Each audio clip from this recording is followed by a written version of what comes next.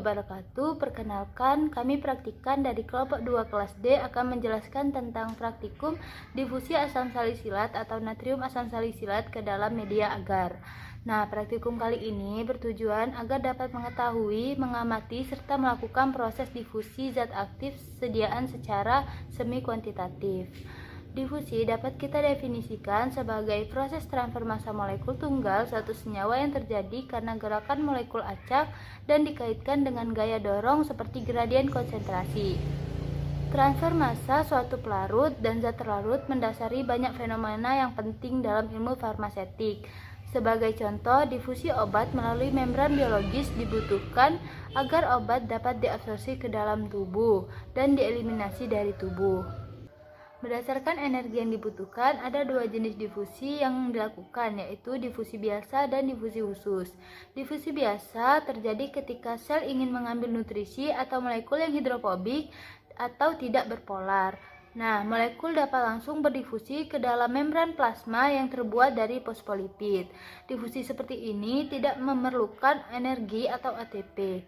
Kemudian yang kedua, difusi khusus. Difusi khusus terjadi ketika sel ingin mengambil nutrisi atau molekul yang hidrofilik atau berpolar. Nah, difusi seperti ini ingin memerlukan protein khusus yang memberikan jalur kepada partikel-partikel tersebut ataupun membantu dalam perpindahan partikel. Kemudian ada beberapa faktor yang mempengaruhi kecepatan difusi, yaitu ukuran partikel, ketebalan membran, luas suatu area, jarak, suhu, konsentrasi obat, koefisien difusi, serta yang terakhir viskositas. Selanjutnya adalah alat dan bahan. Untuk alat yang akan digunakan pada praktikum kali ini ada cawan Petri, lemari es, spatula, pipet tetes, magnetic stirrer, dan Erlenmeyer. Sedangkan bahan yang akan digunakan adalah agar-agar serbuk tidak berwarna, sediaan topikal asam salisilat atau natrium salisilat seperti krim atau salep atau sediaan lainnya, dan preaksi besi 3 klorida yang pada praktikum kali ini itu digunakan sebagai indikator. Selanjutnya adalah prosedur percobaan. Pada praktikum kali ini, langkah pertama yang harus dilakukan adalah dibuat media agar.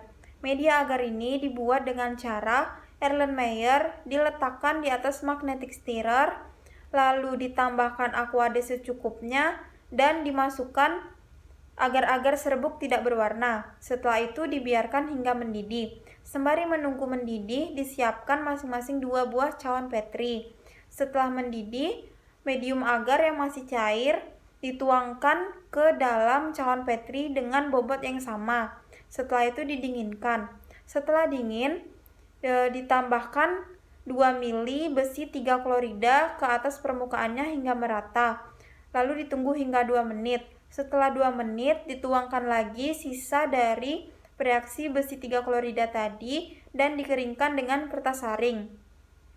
Setelah itu, dibuat 4 lubang pada masing-masing cawan Petri dan ditambahkan sediaan asam salisilat atau natrium salisilat sebagai sampel ke dalam masing-masing lubang dengan bobot yang sama. Setelah itu, cawan Petri pertama diletakkan di dalam kulkas dan cawan Petri kedua diletakkan di suhu ruang. Tunggu hingga beberapa saat dan amati apakah ketajaman warna dan kedalaman warna pada agar berbanding lurus dengan jumlah salisilat yang dilepas dari basisnya. Lalu dicatat waktu difusi dari kedua cawan Petri tersebut dengan perlakuan suhu yang berbeda. Media agar digunakan dalam percobaan difusi karena media agar memiliki permukaan yang berpori sehingga dapat mempermudah dalam mengamati kemampuan difusi suatu sediaan. Difusi sediaan asam salisilat ke dalam media agar yang dilakukan pada suhu ruang menunjukkan diameter yang dihasilkan lebih besar dibandingkan pada perlakuan dengan suhu dingin. Hal ini menunjukkan bahwa suhu berpengaruh pada proses difusi, di mana terlihat bahwa proses difusi pada suhu ruang lebih baik daripada suhu dingin. Semakin tinggi suhu, maka laju difusi akan semakin cepat, karena energi yang diberikan pada partikel untuk bergerak menjadi lebih besar, sehingga laju difusinya pun akan lebih cepat. Selain diameter, dapat dilihat bahwa intensitas warna yang dihasilkan juga berhubungan dengan proses difusi. Semakin gelap warna yang dihasilkan menunjukkan semakin banyak zat aktif yang berdifusi. Dari hasil pengamatan terlihat bahwa pada suhu ruang, warna ungu yang dihasilkan lebih gelap karena suhu berpengaruh terhadap proses difusi. Selain itu, semakin lama waktu pengamatan, maka asam salisilat yang berdifusi pun semakin banyak. Hal ini ditandai dengan terbentuknya intensitas warna ungu tua atau pekat akibat dari banyaknya asam salisilat yang bereaksi dengan besi 3 klorida. Faktor-faktor yang dapat mempengaruhi proses difusi zat aktif dalam media agar berupa ukuran partikel, tebal membran, luas area, jarak, dan suhu. Semakin kecil ukuran partikel, maka semakin cepat kemampuan difusinya. Semakin tebal membran yang dilalui oleh suatu zat, maka semakin lambat kemampuan difusinya.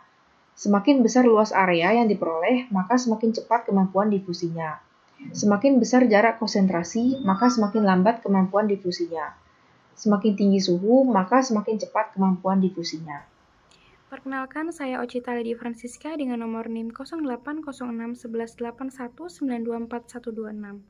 Baik, di sini saya akan menyampaikan mengenai beberapa kesimpulan yang dapat diambil dari apa yang telah disampaikan oleh rekan saya sebelumnya tentang percobaan difusi asam salisilat atau natrium salisilat ke dalam difusi agar. Kesimpulan yang pertama, percobaan difusi asam salisilat ini dilakukan dengan memasukkan sediaan asam salisilat ke dalam media agar dan digunakan besi 3 klorida sebagai indikator di mana akan menjadi warna ungu saat setelah terjadi difusi. Nah, proses ini dilakukan pada dua keadaan, yaitu suhu kamar dan suhu dingin. Kesimpulan yang kedua, terbentuknya warna ungu terjadi akibat adanya reaksi ion kompleks antara ion besi dari senyawa besi 3 klorida dan ion hidroksi dari senyawa asam salisilat. Kemudian, kesimpulan selanjutnya, faktor-faktor yang mempengaruhi difusi antara lain berupa suhu, jarak, ukuran partikel, ketebalan membran, luas area, dan juga bentuk sediaan. Nah, kesimpulan selanjutnya, di mana suhu mempengaruhi terjadinya difusi, di mana saat suhu semakin tinggi maka akan meningkatkan kecepatan difusi karena di sini adanya energi panas yang dapat membantu proses difusi.